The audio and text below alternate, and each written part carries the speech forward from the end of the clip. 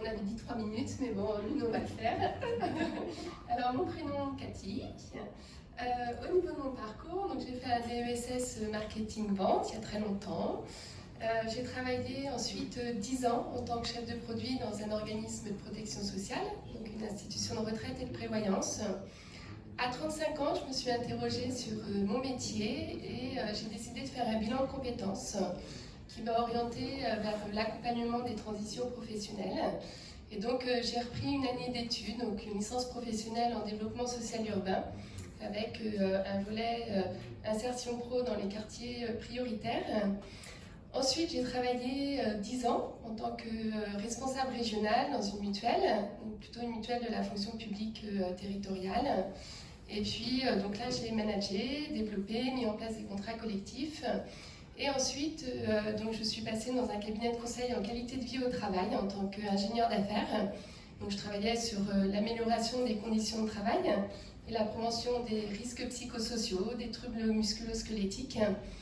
Et je me suis à nouveau formée, donc là, au coaching. Donc, je suis coach certifiée et également hypnothérapeute. Et j'ai décidé, il y a 2 ans, de créer ma société. Et donc, aujourd'hui, je suis consultante en bilan de compétences et donc coach. Donc, j'accompagne les parcours de vie professionnels et parcours de vie tout court aussi. Voilà. Alors, pour le 3e P, passion. Alors, passion. Parcours, je pense que là. Ok. Ouais, alors l'autre c'était plutôt le projet.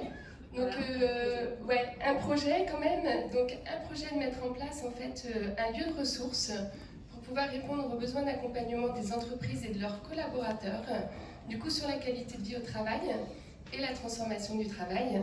Et donc, ça en partenariat avec les mutuelles, les organismes de protection sociale, ce serait top. Et puis, peut-être en incluant effectivement dans les contrats collectifs des prestations et des services pour accompagner les personnes. Passion, les relations humaines. Et puis voilà, après des plaisirs à faire du sport, à échanger. Petit moment de vie quotidien. Merci Cathy. Merci. Alors je m'appelle donc Marie-Noël, donc ça c'est mon prénom. Après moi je vais commencer aussi par le parcours et après le projet, mais on va faire court parce que je suis beaucoup plus jeune que Cathy, donc ça fait beaucoup moins d'années que je travaille. J'ai passé en fait 25 ans dans le marketing stratégique. J'ai commencé par des études scientifiques en optique de précision, les lasers, les télécoms, toutes ces choses-là. Et puis, certainement à cause de mon caractère, on m'a demandé de faire de la vente et du marketing. Donc, j'ai fait de la vente et du marketing. J'ai terminé chez Leica pendant plus d'une dizaine d'années. Leica Microsystèmes, les microscopes que vous devez connaître. Pour les plus anciens, pour les plus jeunes, je ne sais pas. Mais, et donc, j'avais la direction marketing stratégique de 115 pays, donc ce qu'on appelle l'EMEA, c'est-à-dire l'Europe, le Moyen-Orient et l'Afrique. Comme je parle 5 langues, ça aide forcément. Et puis donc, voilà, le parcours de vie a fait que j'ai changé de vie complètement. Je suis repartie à l'école à 50 ans, j'ai fait un diplôme de coach professionnel comme mes consoeurs. Je me suis spécialisée dans les violences conjugales, donc j'ai fait excusez-moi, pas un doctorat, mais un mémoire, excusez-moi. J'ai fait un mémoire donc, sur l'accompagnement des victimes. Et puis je me suis aussi formée au fait d'être formatrice en entreprise, puisque c'est là où j'ai travaillé pendant 25 ans, plus de 25 ans, dans le privé, en étant formatrice pour adultes. On ne forme pas les adultes de la même manière que les enfants. Et je forme sur le harcèlement, donc sur de la prévention et de la sensibilisation, sur le harcèlement moral et sexuel en entreprise. Donc voilà. Mon projet de vie, c'est de participer au changement des mentalités dans la société et que chaque personne puisse être en sécurité, que ce soit à la maison ou au travail, et puisse vraiment trouver sa place.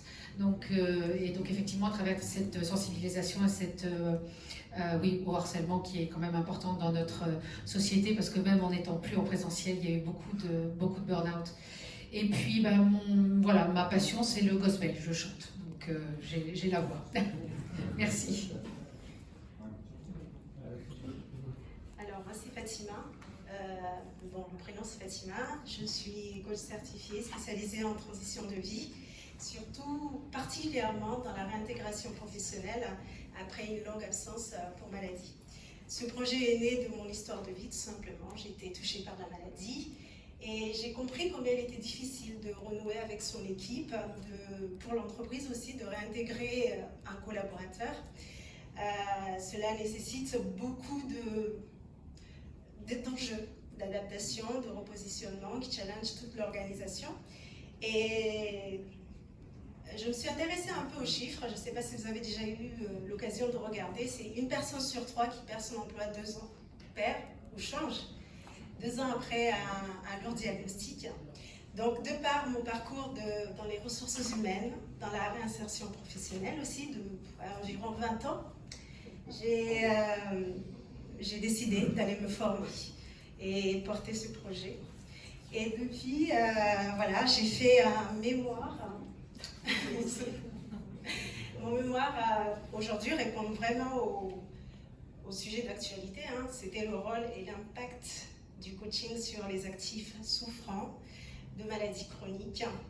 Donc, voilà, et puis j'ai complété mon cursus par un dispositif dispensé par un partenaire de l'Institut Curie, un organisme de l'Institut Curie, pour préparer les gens qui sortent d'un cancer à faire en sorte que le retour à l'emploi ne soit pas vécu comme un saut dans le vide, tout simplement.